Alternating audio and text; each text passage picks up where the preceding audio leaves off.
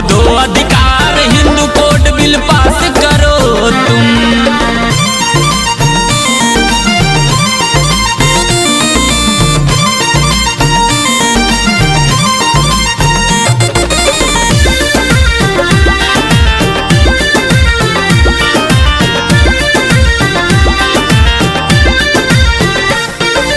Hindu code bill pass करो तुम,